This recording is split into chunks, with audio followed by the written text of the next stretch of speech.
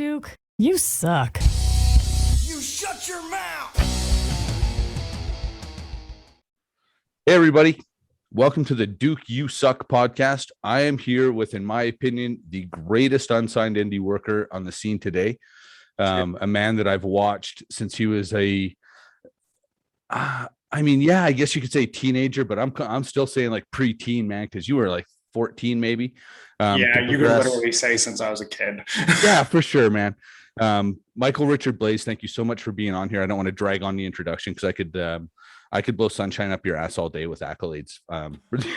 Thanks for having me, dude. I really like listening to this one, and I think you're like really good at conversations, and like you're always one of the guys that like I enjoyed. Well, thank you so much. And everything. So thanks. Well, and you're one of those, like I was saving you. I kind of wanted you in my hip pocket, as funny as it sounds, because you're one of the people I think you and I could talk about a lot of different shit. I've never had a boring conversation with you ever. Well, I appreciate that. Yeah, no, I mean, like I said, I've watched you grow since you were a kid. And so I guess I don't want to ask you the standard. I bet I could answer this question for you. Caught your eye when you were somewhere between the age of 4 and 6. Loved it since the first time you saw it, yada, yada, yada. Here we are today. Let's get by that shit. Am I in the ballpark? You're very, very close in the ballpark. The only difference is it was 3 years old. It wasn't 4 or 6. Oh, okay. Okay. It's literally like the first memory I have in my life.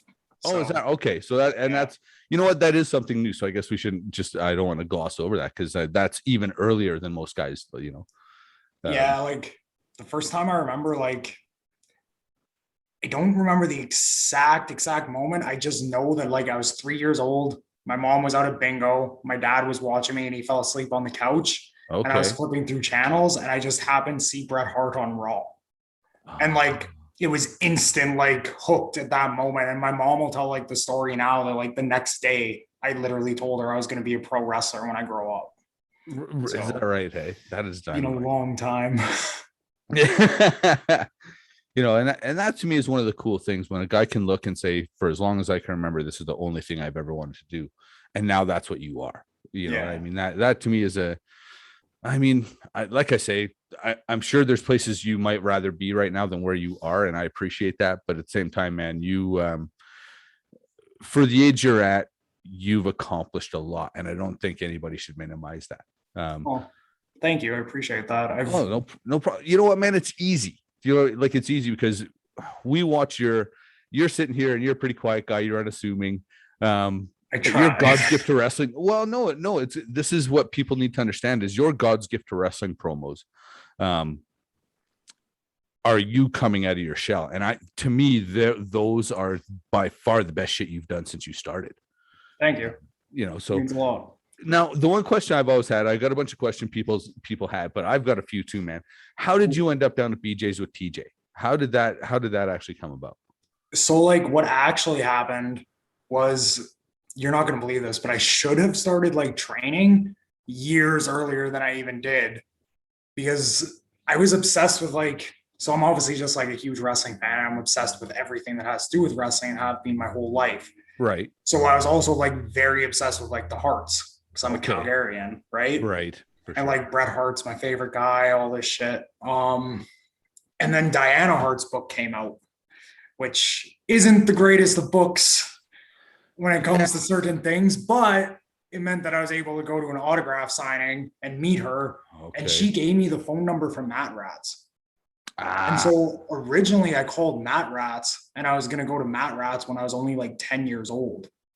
Jeez. But it just like, for whatever reason, I can't remember exactly what it was. I think it had like something to do with just like the timing didn't work for my parents and stuff. Okay. And then by the time it did work, Matt Rats had closed. Right. So I never got to go there. But what that did was like, it opened the door for me to start realizing like, oh, there's local wrestling that's not just like the stuff that was on A channel. Gotcha. Because like as a kid, when I saw like you guys on Stampede on A channel, I thought that was unattainable. To me, that was like the same as WWE.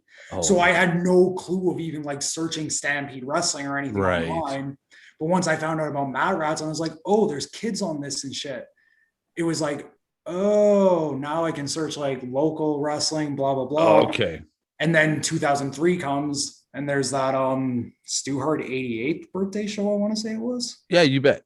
Yeah. Yeah. So I see that, and at that time, AJ Styles is my favorite wrestler. Oh, okay. So I'm like, oh, AJ's on it. Mom, you have to take me. You have to take me. And then I go, and there's that little three-way match that was like, I want to say it was like Dan and then two other kids. Right. Match for like an exhibition for Ted's wrestling school. Well, if I had to guess, it'd probably be like Dan, Nate Nog, and Pete Wilson. If I just had to just throw a wild ass guess out there. I want to say it was like even weirder than that.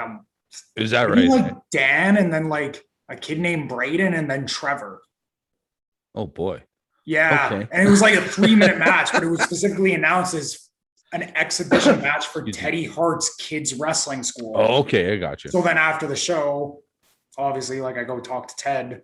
Yeah. I asked Ted, like, oh, is this like a real thing? Like, is this actually a kids wrestling school? I'm only 13, but can like I come do this? And obviously Ted wants us to come pay some money. So 100%. He was like, of course you can. Come meet me at the Hart House tomorrow. We'll talk all the details. So then I went to the Hart House tomorrow and begged my grandparents afterwards for the down payment, and right. That's this history. Nice. Man, that is awesome. Like you literally went after it from day one. Like, I don't know if I know anybody, I mean, even TJ, when I met him, I don't know if it was a day one proposition, like literally from 3 years old right through. Like you were hungry as shit. Yeah. I literally can't imagine like trying to do anything else. No. It's like, I've had a few conversations like this with like TJ and a couple other guys recently. Yeah. With all those like weird reports that came out about like NXT and the new like mandates allegedly of like, oh, too old, too short, all this shit. Oh God. And I'm like, but that's no different than how it's always been. It's always been like, like it's always been, maybe like not all the time do they actually put out a mandate about it. And who knows if that's even true and it's not just a news report. But like, it's always been harder for guys that are shorter, guys that aren't jacked. Like, yeah. And it's supposed to be. And even for some guys that are like jacked and stuff, like by rights, if you were only going off like look and being jacked, like Chris Steele should be a top guy in a major company. So like, the thing is, he's one of those guys, like he looks great. He's in great shape. He's a good athlete. You know what I mean? Yeah. Exactly. If he could talk, you know what I mean? Like there's a lot of guys that are, have 2 out of the 3 things and could definitely learn the third. Right. And so like for me though, I heard that. And so like I've had these conversations is like, now I see like there's some guys that are like, oh, I'm going to stop wrestling and I'm going to go do this. I'm going to do that. And like people want to be like actors and whatever. And that's cool. Do what you want. Yeah. But for me personally, I literally can't imagine even trying to do anything else. I just can't imagine putting more effort, like the effort I do into wrestling, into anything else. So I'm stuck with it. Yeah, no, and I get that. Like somebody asked me a little while ago, I had to work on Saturday. My friend's like, why do you got to work on Saturday? I'm like, because I chased a dream. Do you know what I mean? Like, that's fair. Legit. I was doing it when other people were, getting their educations and paying their dues, doing that, making their, so they can make big income today. Yep. I was chasing a dream, man. There wasn't necessarily a plan B yet. I always had a safety net and that I kept a job, but there wasn't a plan B. Yeah, like a safety net's cool, and that's just responsible. But like there's no like plan B because like I'm all in. Yeah, no, and that's, people don't understand. Like you hear the stories about like Stone Cold Steve Austin, sleeping in his car and eating potatoes and nothing but potatoes and rice, and those were the meals. And people don't understand. Like, and I always wonder, even like, was I ever that hungry? You know what I mean? Did I ever want it that bad? And maybe that's why I never made it. I always kind of question that. That's fair. And it's like, I've thought of those things sometimes too. And then like, I think too, like everybody's circumstances are different. Right. Right. If you can like say, like, honestly, like to me, I honestly, like in my heart of hearts believe like there's nothing more I could do right now with the circumstances. Like, yeah, I just right when you were right when you were starting to really get some rub, COVID really fucked your day up. Yeah, and like even then, like even before then, like there's nothing more I could have, like I could truly do than what I already do. Like I already put like as much time as I possibly can into it, and like the only thing I could do is like, I guess, like you said, like sell my house, go like try to drive to the States with no Yeah. visa and hope I don't get caught and live in my car. You know what I mean? But the people that need to know who you are know who you are. So that makes a difference for you. Do you know what I mean? Like it might get you more exposure down south, but there's always, like, to your point, working illegally, perhaps at what cost? Yeah, exactly. Which, I mean, this is one of the questions that was, I can't even remember who the hell it was from. But I think it was from Harmony. I think I summed it up. She had a long question. Everything that you've done so far in your career, everything you had, and I'm going to include everything you've seen. What advice would you give a 13-year-old that's trying to, just thinking, okay, hey, this is my dream. I want to break into pro wrestling. So I actually did see that question because I saw it all. Yeah. So I have like, I kind of thought you'd be somewhat prepped for these. It would be perfect. I have an issue where like I'm always professional about everything. So no, man, if you're unprepared, you're unprepared. So like I have two answers because I write it two different ways. Okay. It's like, what would I say to myself when I was 13 if I went back in time now? Right. And what I would tell like that 13-year-old like me, I would say like, yes, do it. You're making the right decision. You're going to meet like the best people you'll ever meet in your life, and it will change your life for the better. Yeah, 100%. If it was a 13-year-old now, I would tell them, work hard, take care of your body, and just keep going. Right. Just like, don't stop. Because like by rights, me when I was 13, I shouldn't have been able to do even like what I've done now. No. The like 13-year-old kid that like I was, and like not being an athlete or anything, like I couldn't do I literally, the first time I went to training, like I couldn't do a somersault at all. Is that right? Hey. Yeah. Like I literally, like I was not, I don't know if I've ever like said this one publicly, but like the year before I started training when I was 12, I broke my ankle running laps in gym class. Oh shit. Just running. Yeah. Just because I was like that unathletic of a kid. Right. But like, I just had this drive and like, I wanted to do it so bad. But look where you are now, man. And that's a testament, right? Yeah. And like, so that's what I would tell like a 13-year-old is just like, don't stop, just work hard. Don't stop. And like, take care of your body. Cause like, I think a lot of people don't realize like I've took care of my body this whole time. That's why I've gotten like lucky. And I haven't really had like, other than this one thing, I haven't had any major injuries. Yeah. And then like, yeah, work hard, keep going, don't stop. Yeah. Because well, and I mean, good things will come. I think that's honestly about the best advice you can really give is, for me, look after your body's number one, right? Like, I never did the stuff you do in the ring, and here I am, I'm pushing, I'm just the south side of 50, and, I feel it every day. So when you kind of talk about taking care of your body, I think that to me is the one thing that, do you want to be big and strong so you can absorb some of the punishment? 100%. But I think there's a point of diminishing returns where you're lifting so hard and you're lifting so heavy that it's actually tearing your body up. And I think that there's a fine line for a lot of us that just aren't, genetically predisposed to be large guys. Like, yeah, I'd agree with that. I think like the way I train is like, I'll do a lot of like heavy lifting, but then I also like a lot of my stuff is for like muscular endurance and stretching and things like that. Like, I would sooner do 1,000 squats before I'd go try to do like a 600-pound squat. You know what I mean? I'd rather do like just 1,000 free weight squats and get my knees all like good to go, and then run the ropes for like 5 minutes and have my heart be good and my muscles be good. Yeah, 100%. And there's definitely room for weight training, and I don't want to minimize anything away from that. You definitely have to like weight train. Like I hit that hard too, but you got to be smart about it. Well, and I think, like you say, if you can do more kind of body weight exercises, more of that type of conditioning. I mean, Seth Rollins is a guy to me that you look at the schedule he runs, he's been pretty fortunate with injuries, and he's a CrossFitter, right? Like he's not, to me, that's almost a really good testimony for that stuff. I was going to say, like, I think funny enough, it was before like Seth Rollins. It was when I was getting ready to do the Ironman match with Brandon. Okay. I kind of like realized at that point, because I started doing like workouts like this so I could like do that match, so I'd have the cardio for it. I think CrossFit or like a variation of CrossFit is probably Yeah. like the best stuff you can do for wrestling. Because you get some heavy lifting in there that really like makes your muscles look good. But then you're also like keeping your heart going. You got that muscular endurance in there. You have to have like good joints and everything to do some of those lifts. It's probably like the best stuff to do for wrestling. Well, it's one of those things that, excuse me, I'll kind of herald. You know what I mean? Like I'll be like, that's awesome. And you should try that. And people are like, have you ever done it? And I'm like, no, that would make me barf. That's fair. You know, I'm very realistic about how hard I want to push my body these days. Like, you know, do I want to stay out of trouble? Yes. I do not want to be in the big, you know, I do not want to be in the, hey, have a little self-respect zone. Yeah, At the for same sure. time, it's like, man, I do not want to kill myself like that anymore. That's fair.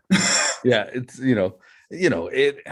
the thing is, you have to at a certain point, because when you're in your peak of your prime, like you are now, you're sort of your peak physical condition, that kind of as good as you're going to get almost, that's when you have to work hard, because that's what sets you up for later.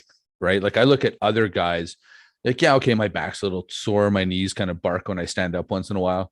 But I look at other guys my age that, you know, played a little rec league hockey after high school and then kind of, you know, had their families, and some of them don't look good. You know? That's true. That's like, I always say that I have like a skewed view of things, because my like biggest example in like life is like TJ. Right. And the guy looks like the best he's ever looked right now. And he's in his 40s and he's mid 40s. And he's had like the craziest injury of all time. Yeah. And so like when I see him, I'm like, I literally have no excuse. No, TJ is one guy that on one hand inspires me, but also on the other hand makes me feel bad about myself.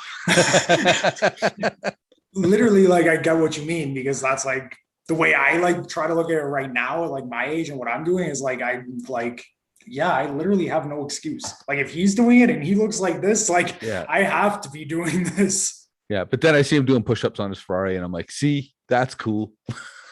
That's fair. Yeah, man. Yeah. Okay. I'm going to push to one of these questions here. I like this one from good old faithful Dwayne Soper. You and TJ are a tag team versus any team from the 80s. Who are we talking about? Honestly, if it's like any team from the 80s, I think like I wanted to say, when I first saw this one reading it, I wanted to say the Hart Foundation, but I honestly think like you couldn't not do the British Bulldogs.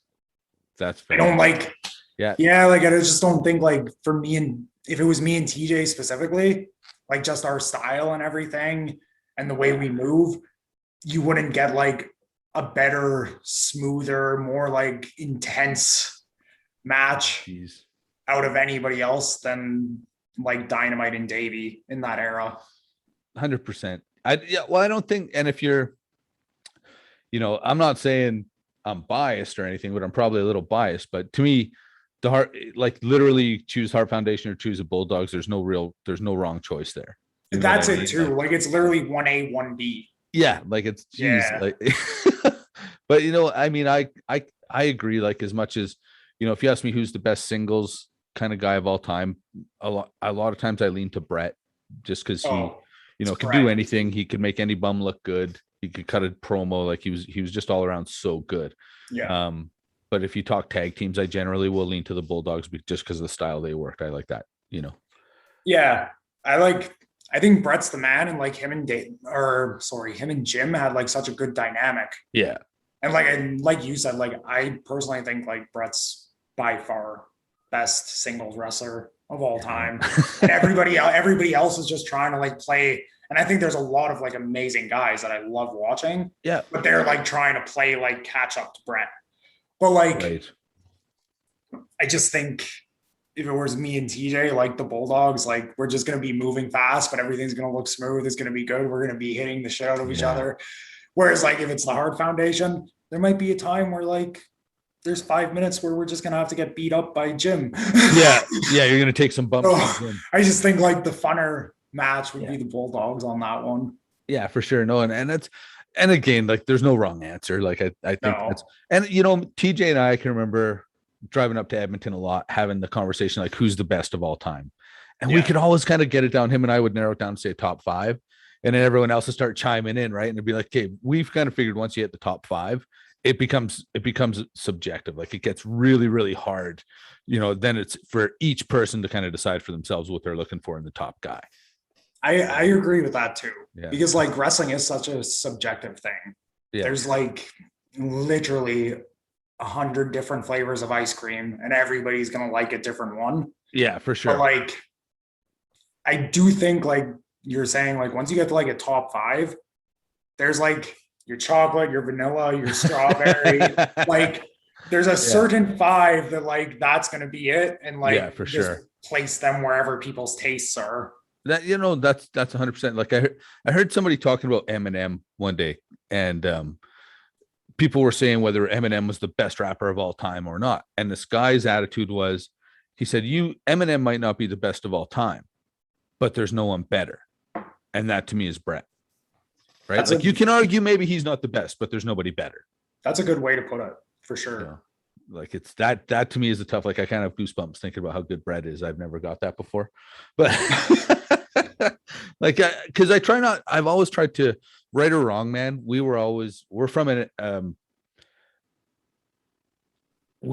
taught, like we called each other, we would treat each other like marks. You know what I mean? If you got too excited about anything, God forbid you wore somebody's t-shirt into the dungeon. Yeah. Like, that's why you look at my closet, man, there's like no old school wrestling t-shirts in there. Everything's new, because man, we would take shit. Like the Highlander would call you out if he saw you wearing like a Stone Cold. Lord forbid you walked in the dungeon wearing a Stone Cold t-shirt. Somebody would call you a mark. Yeah, I remember those days. And you know what? Looking back, of course, because now that I'm old and gentle, where's the harm in that? Like I don't understand it. Like nobody's gonna call you out, excuse me, for wearing a Metallica t-shirt. Yeah, like that is one thing. Like I think there's a lot of older things in wrestling that I wish were still around today, to be honest. But then I also think there's a lot of things like that like we've progressed in ways that like was desperately needed. Yeah. Because there really is no reason to like bully a dude because he shows up with like a Becky Lynch t-shirt on nowadays. Yeah. Or like a Seth Rollins t-shirt. But maybe there is a point to like tell a guy that maybe you should quit wrestling if you can't run the ropes for 10 seconds. Like things like that, or at least like let them know that like you have to put the effort in to get better at this. Yeah. So like there are certain situations where like I wish on one hand there's a little bit more honesty and like, yo, you got to work your ass off and get better and be able to do this. But then on the other hand, I'm like, I'm very glad that it's not like the old school, just like we're going to bully guys because we don't agree with their personalities. Yeah. Style. Well, and I had and definitely, just so you know, you fit into would have made it category for me. But there were some guys I kind of came through stampeding that with a little later on. And I don't mean to be disrespectful or rude, because they were all good people, but I wonder, would they have made it through the dungeon when we were at the dungeon? And some of them, I think the answer would probably have been no. But then I look back and think, okay, would I have made it through like the Brian Pillman Dynamite Kid dungeon? Yeah. Or would I have made it through Stu's dungeon? Do you know what I mean? Like, I think with each generation, certain things with the old school ways have been lost. Some of it for the better, like you say, the bullying and some of the horseshit racism that went on, and some of it for the worse, kind of weeding out some guys that maybe take the business for granted, I think, for lack of a better term.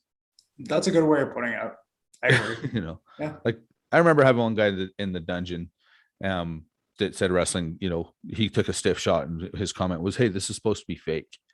And we were all like, everybody in the dungeon was mad. And that guy, unfortunately, kind of got the shit kicked out of him by everybody in the dungeon and didn't come back anymore. Right? Like, it was just like, you got to respect it. And he didn't.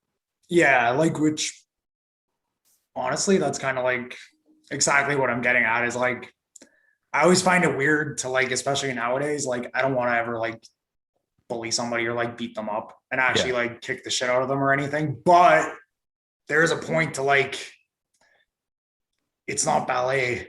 Yeah. And like, you have to like respect what we're doing. So like, look, it's fixed, not fake. That's what gets me, right? Like, it's people want to, like, people will say like, will you get mad if I call it this, if I call it that? I only get stirred up if you call it fake, because we've all had too many injuries. You know what I mean? Like, it's all minor shit, broken fingers, broken toes, broken noses. But if I add all those up, I'm up to no less than 20 small breaks. right? Never mind any big stuff. Yeah. So, You know, I agree. you know, I just people- I like people to respect it. That's all. Like, yeah, and I don't think it's too much to ask. I mean, you don't look at an abstract painting and look and say, well, geez, it just looks like someone took a can of paint and chucked it at a canvas. exactly. Right? At some point, you think, okay, somebody had a vision there. Whether it's my cup of tea or not, I respect that guy's vision. Like, Yeah, you know, exactly. at least he tried something. You know, and that's the other thing is most of the criticism that we take in pro wrestling is legitimately from people who've never fucking done anything in their lives. That's fair. You know, Yeah. it's the same thing when I watch, and maybe I'm getting a little off track, but when I watch people talk about hockey, you know, I watch the average hockey fan talk about hockey. And I heard the Detroit GM make a good comment a few years ago. People were chirping him about some trade he'd made. And somebody said, how do you feel about your critics? And he said, I don't give a shit about my critics, because if they knew anything about hockey, they'd be in hockey. Right. And that's my whole thing is these basement wrestling critics is like, if you fucking knew anything about wrestling, you wouldn't be sitting in your basement talking about it. You'd be out there doing it, trying it, or have done it. So shut the fuck up. You know, just enjoy it for what it is. That's fair. I do think like sometimes I think it's good like to listen to some of those like people though too, because they are like your paying customers. I've always thought that too at times Yeah. is like 100%. And you got to sell people what they want to buy. But then there's the curmudgeons that you can just see time and time again that are only there to piss on the product. Yeah, and I should clarify, those are the people I'm talking about. Yeah, fair enough.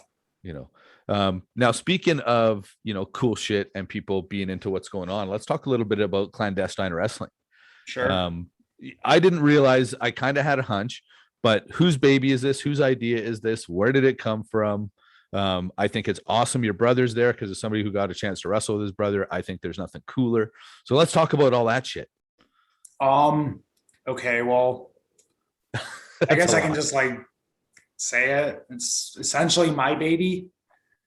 And like I had the idea for it.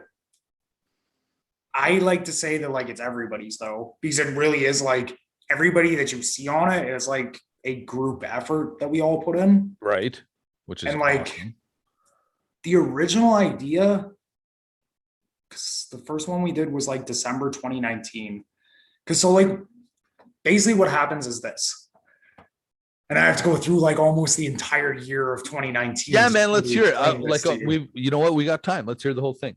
So now I know like a lot of people like think I've always done like just like a lot of dumb, crazy shit for the sake of it.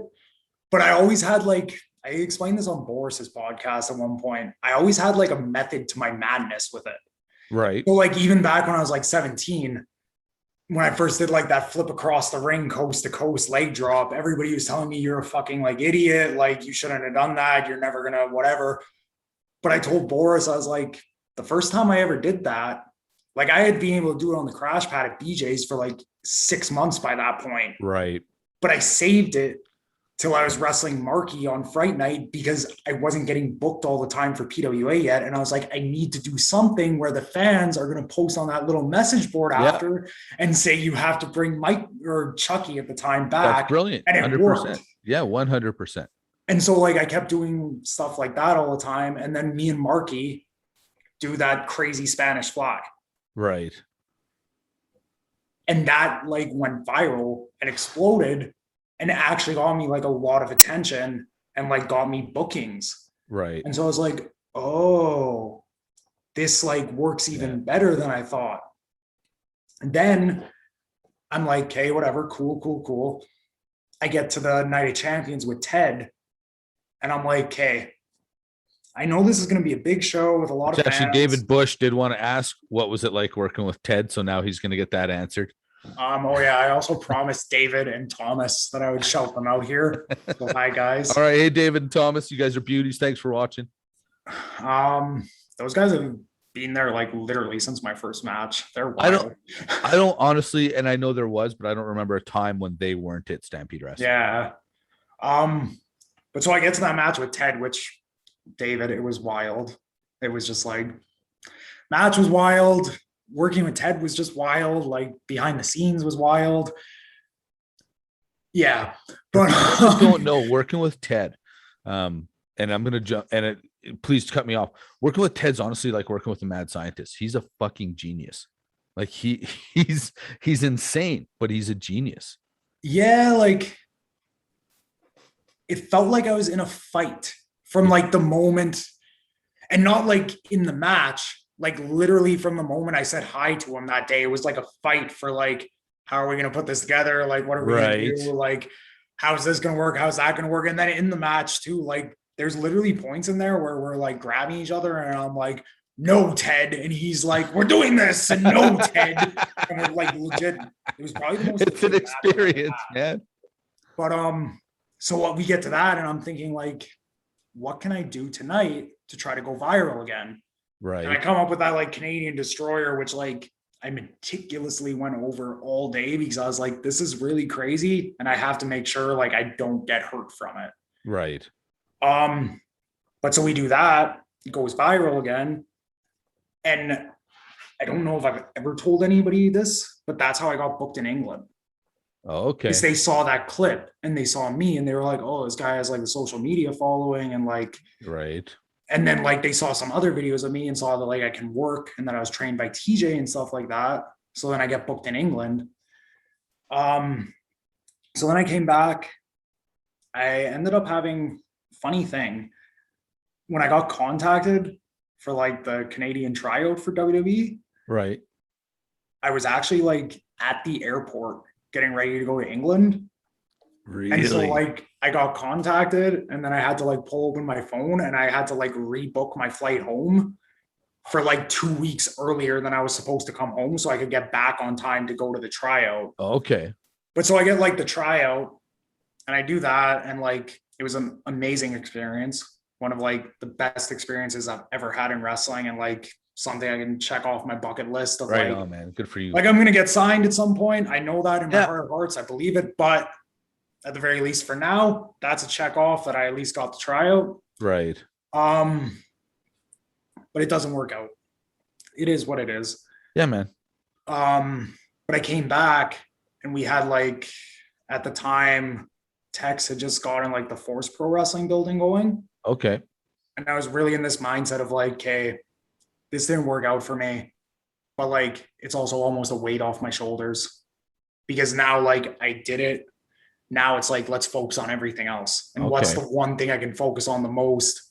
That's like for me right now, while I'm here, it's training people.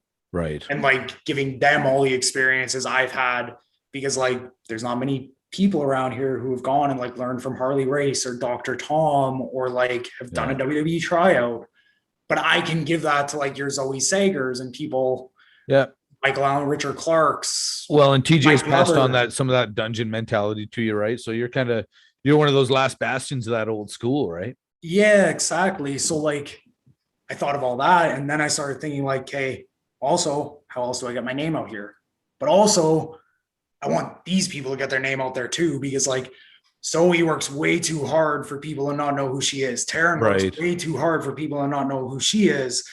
Clark works way too hard. Like all these people work way too hard. And so talented. It's not even just that they work hard, man, but all of the people you named just now are so talented. Yeah. And like, I think wrestling here does like an amazing job, especially PWA.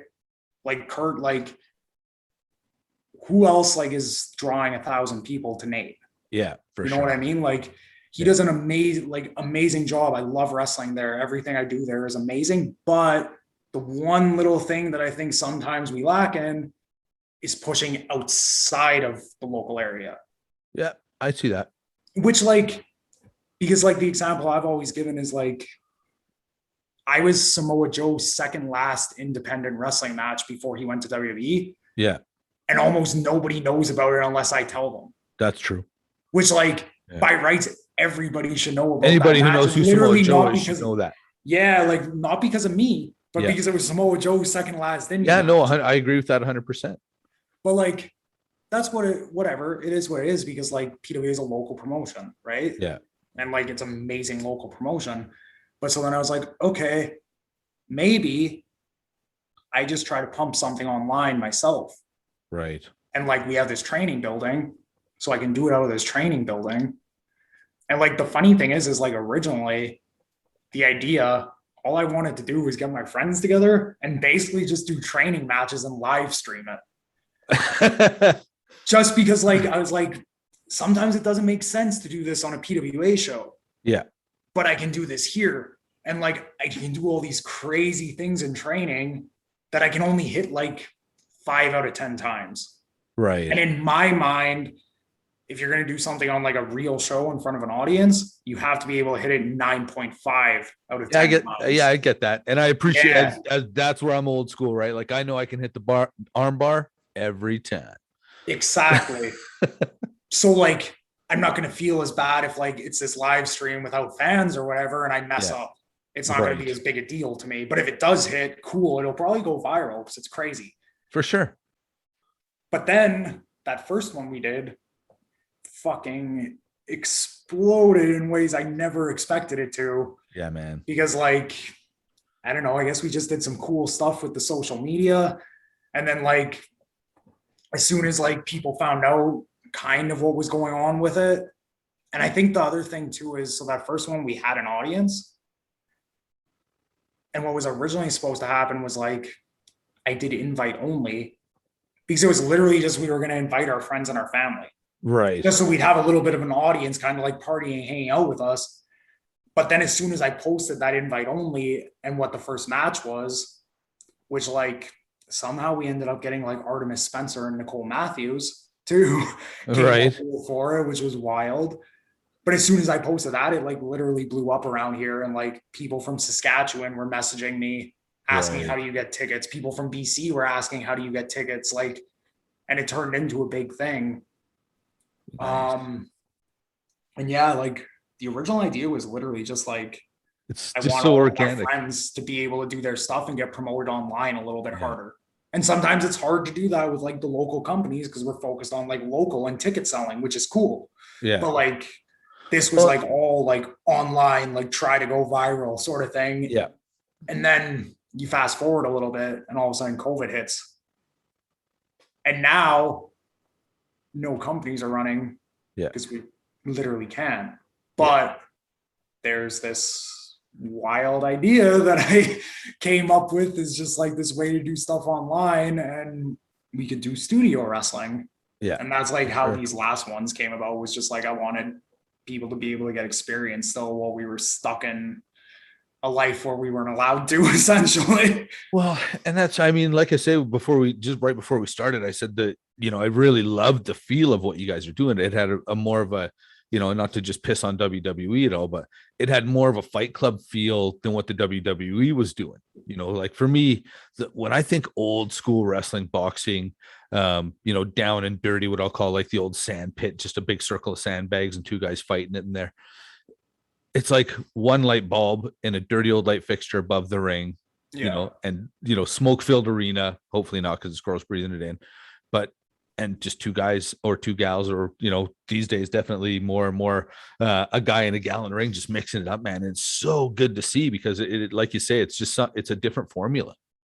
Yeah. Like that's what my idea with it for was too, is like, as I know, like it's literally impossible for us to have like wild, crazy production and stuff. So why not make it look like this underground, just party, invite only club? And like, that's why it's called the Clandestine Society, because clandestine means secret. And like, yeah, you bet. We're a secret society that like, and that's why like originally until we were like, because part of this goes like now we've used it as like a little bit of like trying to promote our Top Talent Wrestling Academy too. But up until then, I would never say the location of it either. Like people, that first one, I didn't like ever put publicly that it was even in Edmonton. I only the people that got invited knew it was in Edmonton. Right.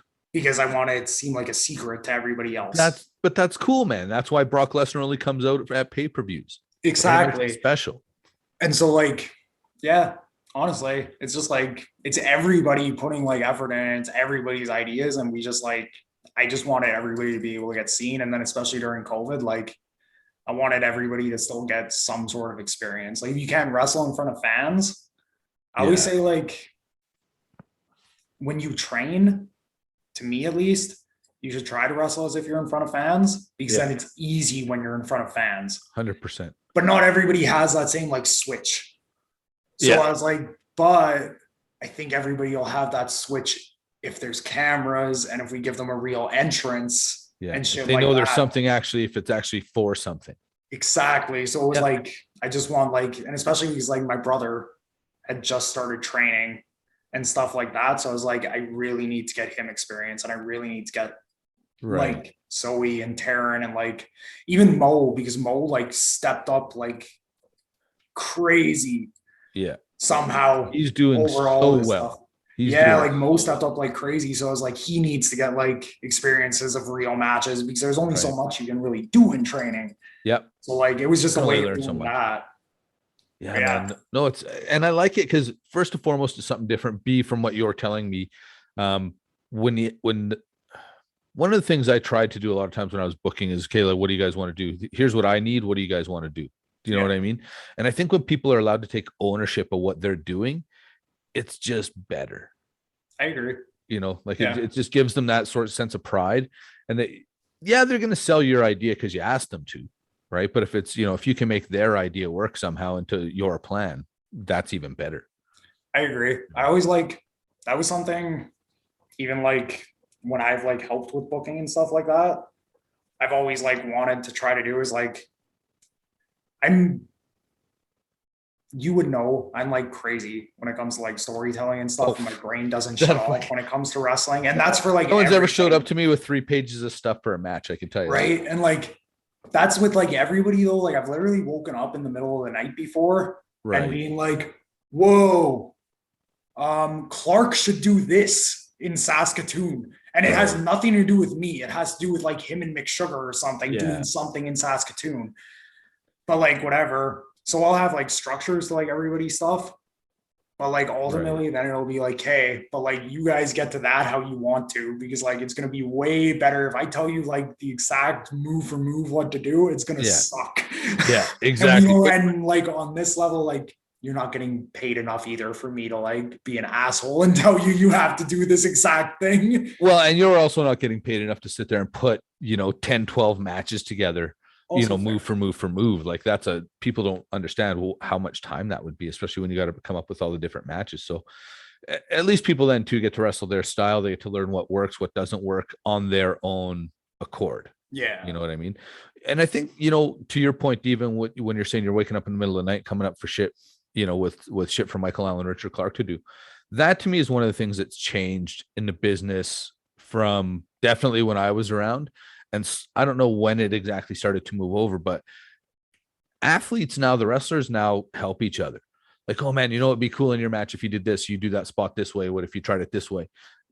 15 years ago, man, that shit did not happen. Do you know what I mean? Like it was not that it's not competitive, but it was definitely, it wasn't as helpful. I don't think. That's fair. I think also like, again, this is where I go back to like, I think I've always had like kind of a skewed perspective of it. Right. Is because I think I had like the best example I could have had, because at least from what I saw, even back then, like TJ was always that way with people. Yeah. TJ was always trying to like help people and giving people ideas. And like, especially with like us, he would like come back and like teach us what he had like found out in England or Japan and stuff like that. So like, to me, it was just always like, okay, like if this guy pays it forward to me, I want to pay it forward to like the next people. And like, if my brain's going anyway, I can only think of so much for myself. I need to get it out to somebody. Well, and that's definitely where I'll give you kudos. And I don't know if TJ is going to be happy with me telling this. I had a conversation with TJ very early on. I come back, I want to say 2013. Yep. And I don't know if I think you and I had worked. You were working tag with Jed, and you and I I think that was your first match back. Yeah. And I remember telling TJ, like, Jesus Christ, this kid's athletically and creatively at a level I never reached. You know what I mean? And I don't say that about too many people because I'm not willing to admit that, but I have no problem telling anybody, man. Like, and then when I said that to TJ, his response was, "Oh yeah, man, he's been ghostwriting my matches for years." Like, so, it just tells you how much the boys think of you. It's one thing for you to be confident in what you're doing, but I think it's important for me to let you know that everybody around you sees what you're doing, and we all think it's important too. And we're all, you're held in extremely high regard by everybody in the locker room, man. I appreciate that. That's good to know. So somebody wanted me to also ask you, what was one of your highlights had to have been, and what was it like for you wrestling in Eston, Saskatchewan? Oh,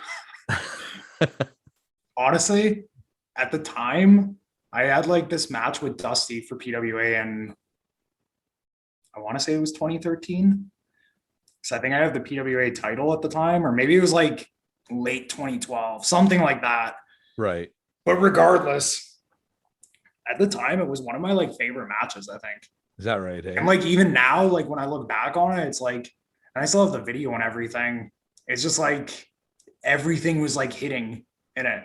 Like everything. It was one of like the first matches too, where like I was just finally hitting this like stride. Right. Where I think I was finally like, it took a lot of years still to like get really good. Right. But I was finally like really understanding working, and then also really understanding like how I can like manipulate people. Right. And everything we came up with before hit the exact reaction I wanted it to. Oh man. So I was like, okay, this is pretty fucking awesome. And like and people have never done that. I mean, if people have never done that, you could never explain it to them what it's like when the match just goes perfect. Yeah, and like, yeah, it was like honestly, like I imagine it was Dusty that asked you that, and yeah. Well, I was told not to tell you, but you're not an idiot, so. And he can feel happy and knowing that it is like literally one of my like highlights in wrestling. Right? That match. He is one of my favorite guys. Period. He is such a positive vibe to be around at all times. I agree. Dusty Donis. So I'm going to ask you one last question, because this one actually came to me over email. So you didn't see this one. You're unprepped for this one, man. Oh shit. Yeah, it's from Thomas. And Thomas wanted me to ask you, if you weren't a wrestler, what would you be doing? And we may have answered this already. But if somehow you never seen wrestling when you were 3 years old, is there anything you could think you'd be doing right now? Man, like, so if we're asking like a dream thing, I couldn't tell you. Yeah. I've never like wanted anything else. I've actually like had this conversation with a few people, and I've mentioned this to like TJ before. I think if I don't have wrestling, I'm just like, potentially I live at home with my parents still. I'm just like, not to like sound like this, but like I'm this out of shape dude that just like works a retail job or something. I honestly don't know what I would have gotten into, because like wrestling like completely changed my life. Everybody that's like been an influence in my life outside of my like grandparents and my parents, everybody else that's been an influence in my life came from wrestling. Right. And like me starting to work out is because of wrestling. Me learning diet is because of wrestling. Like me just having like any sort of work ethic that I try to have is from wrestling. Me being creative is from wrestling. I started like, even like the artistic stuff I do, like graphic design and video editing, I started doing that because I wanted to make my own videos for wrestling. Gotcha. So like, I honestly don't know, like, and I'll say the same thing. Like I always say, kind of everything good in my life, one way or another, is through wrestling. Yeah. Be it amateur wrestling or pro wrestling, is kind of everything's kind of through wrestling. That's why like sometimes it honestly like irks me a little bit when people put like a negative light on wrestling. Yeah. Because like, I get it. There's been like a lot of bad situations, and there's some bad people. Yeah. It's unfortunate, but there's bad people in every walk of life. 100%. There's also like amazing people in every walk of life. And I've met way more amazing people through wrestling. Like the ratio of amazing people I've met in wrestling far outweighs the people that aren't cool. Yeah. And like, I've also met way more amazing people through wrestling than I ever have in any of my other like real life situations. So like, I mean, somebody told me that if you meet 5 people your entire time in wrestling, if you meet 5 people in wrestling that you kind of keep in contact with or can rely on, or that are somewhat reasonable people in your life, that you'll be lucky. And, obviously times have changed, because I'm proud to say I've got way more than that. Oh, you know what I mean? Like way more. Like 5 is like, how could it only be 5? Like, 5 was like the first week at the dungeon. You know what I mean? Like it's when I look at my friends list, and some of those people, they're on your friends list. I don't want to overstate that, but at the same time, when I look down that list, probably 80% of the people that I talk to on a day-to-day basis or a week-to-week, month-to-month basis are wrestling community people. For sure. So it's, yeah, man. but Like wrestling. Yeah. I don't know, Thomas. I don't think I couldn't tell you. Maybe I'd be selling you a cell phone or something. I don't know, man. Nah, man. You know what? If you weren't wrestling, and this is just me talking shit, but if you weren't wrestling, because I can see it's such a creative outlet for you, you'd be doing something else like that. You would have found a different way. You know what I mean? Like, I think, I don't necessarily believe that people are destined to do any one thing, but I believe you are who you are. And I believe that, whether it was, whether you somehow found painting or, something else, radio broadcasting, whatever, you would have found a creative outlet for sure. It's just who you are, man. You wouldn't be as good at wrestling as you are if it wasn't in your DNA. That's fair. It probably makes a lot of sense. Like, maybe I would have gone into graphic design or something. I don't know, but yeah, no, you would have been a creator in one way or another for sure. Yeah. On that note, brother, I want you to let's throw down all your social media. When's the next Clandestine show? What are your next indie dates? Let's talk about that before we take off here, because I know you've been doing some really cool shit with RCW. Are you working with CWE at all? No, I haven't done anything with CWE. Okay. Man, I'm like, as soon as like the world half opened up, everything like took off. I've just been like so wildly busy. Good, man. That's like, awesome. Between like my real life job and then I train people every day, and then we've been doing these shows every week for RCW. PWA's got a fire cooking, and like I'm just waiting for like, because me and Kurt have talked about a lot of stuff, and like hopefully it's gonna come sooner than later, right? But like there's some T's to cross and I's to dot. Yeah, but for sure. Hopefully PWA is gonna come back soon. Really, Clandestine, it's up in the air right now. Okay. It's like we want to do more studio stuff, but then at the same time, like there is options of like doing a live event again. But it's like depends how like that shakes out. Right. So if you want to follow me, you'd find me at God's Gift MRB. So just GODSGIFT MRB on every social media, Facebook, Twitter, Instagram. Look up Top Talent Wrestling Academy, honestly, because like, I'll say this. I think I love wrestling. Like I love doing shows myself and everything. Yep. But if there's one thing that I maybe like somehow actually like more than performing myself, it's training people. Oh, it's the best. Yeah. And like somehow, and especially like since I've gotten the chance to like train my brother and stuff and see how good he's done, it just like, it literally makes me almost like want to choke up because I'm so like proud of all of them. But like, that's so good, man. Fucking like me and heavy metal for like this whole pandemic have like done what we can to like build this thing, and like he's put so much money and like time into it, and I've put so much time into it that like it's, check it out, it's worth it. So like Top Talent Wrestling Academy. You can find Top Talent Brand on Twitter too, for sure. Follow this, you guys. Top Talent for me is the premier school in Edmonton. There's no questions asked. Like there's no one else even close, man. So like, yeah, you can find me, God's Gift MRB, and then search up Top Talent Wrestling Academy for all that. RCW's every Friday night in Calgary. I've got 2 shows for BEW coming up this week in Red Deer, actually. He's running Saturday and Sunday, the 21st and 22nd. Nice. Crazy man. He's the last show that we did for him in Red Deer was awesome. And I'm wrestling Michael Richard Clark on Saturday. So that's fun. Go see that show, folks. And yeah, other than that, just like stick to my social media because I'll post everything. I'm obsessed. Like I post every single thing I'm doing, and I do a promo for every match that I have. So I was just going to say, you're probably out of the guys I follow on Twitter, all the wrestling people I know, no one produces more content than you. And definitely, I don't think anyone produces better content than you on a overall basis. Well, thank you. Your I promos appreciate are always that. fucking excellent. Thank you. Yeah. Ladies and gentlemen, follow my friend Michael Richard Blais, God's gift to wrestling. Thank you so much for coming on, brother. It was great having you. Yeah, man. Thank you. It was fun. We'll talk again soon. Hell yeah. Duke, you suck. You shut your mouth.